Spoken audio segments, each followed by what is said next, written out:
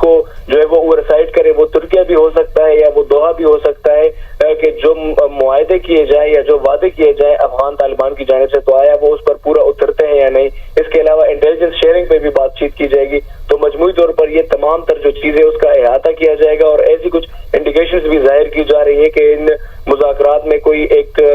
جو حل ہے وہ نکالا جائے گا، اور پھر اس حل پر جو ہے وہ دیکھا جائے گا کہ آیا افغان طالبان جو اپنے وعدے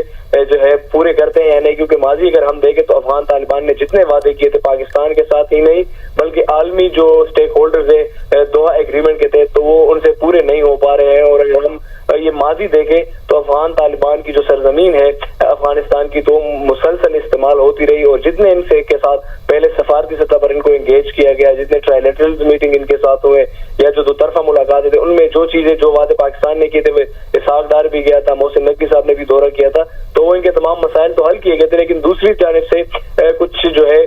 وہ پازیٹیو اقدامات جو ہے وہ ہمیں نظر نہیں آ رہے تھے۔ تو اب دیکھا جائے گا